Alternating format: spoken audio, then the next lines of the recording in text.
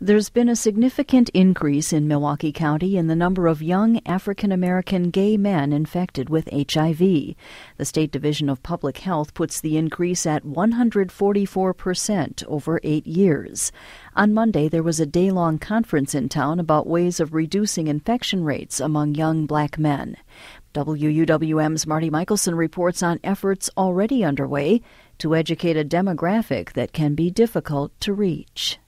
The hallways at Diverse and Resilient on Milwaukee's North Side are lined with portraits. Each bears the face of a person diagnosed with HIV. In a meeting room, Executive Director Gary Hollander is scribbling notes on a large smartboard. He and a couple others are strategizing about how to reach more young, gay African-American men to make sure they're aware of the risk of HIV and AIDS.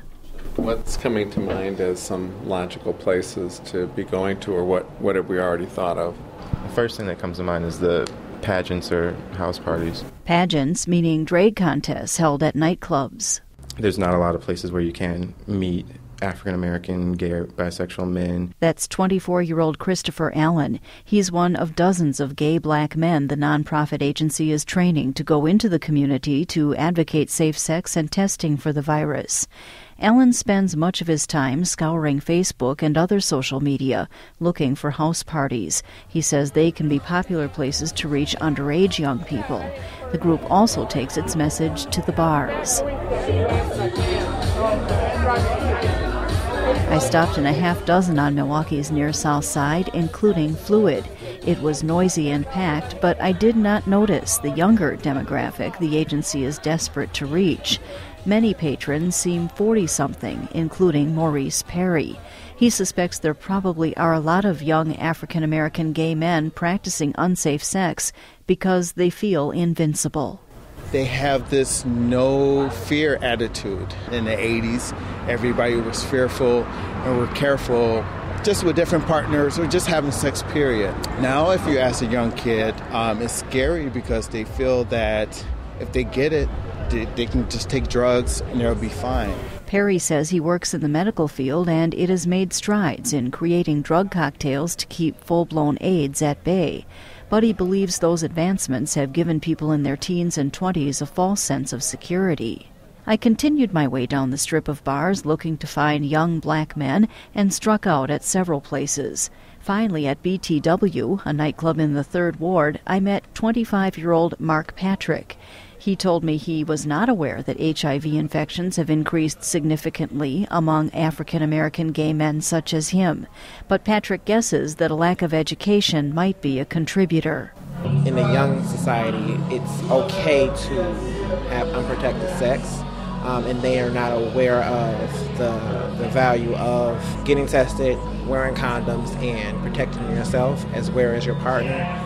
Patrick says he came out when he was still in high school and is grateful he's had the support of family members. At first it was hard, but like a week or two, they realized I was still me and, they educated me, And Patrick says while he hasn't had a partner in a long time, he gets tested frequently. I have had relationships in the past, so I think every 6 months you should go and get even if you're not doing anything, every 6 months, go get tested. Also here tonight is the owner of BTW, Dominic Kissinger. He says he usually stocks the restrooms with condoms and safe sex literature, but the supply has run out. In July, he plans to sponsor an event aimed largely at younger people. Your hormones are going to get the best of you, whether you're in college, high school, it doesn't matter, but do it smartly. Yes, you can't get anybody pregnant. That does not mean you can't get something that will eventually affect the rest of your life. Kissinger says he will also ask a local STD clinic to provide on-site testing. Testing will be a key to bringing down HIV numbers, according to Diverse and Resilient's Gary Hollander. At Pride Fest, we tested 8 times the number of African-American men who got tested there. One of the fundamental pieces about reducing transmission rates is for gay and bisexual men to know their status. Because then, Hollander says, they can adjust their behavior so they don't infect others and seek medical treatment. The Centers for Disease Control recently granted Milwaukee $4 million to continue prevention efforts. Hollander says his group eventually plans to reach out to other parts of the population, including older gay black men. Marty Michelson, 89.7 WUWM.